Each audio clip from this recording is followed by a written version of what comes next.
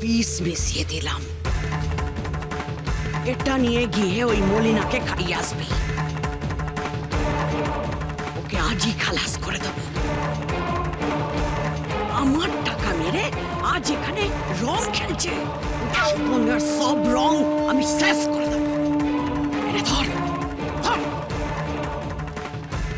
ওই লাড্ডুটা খাওয়াবে।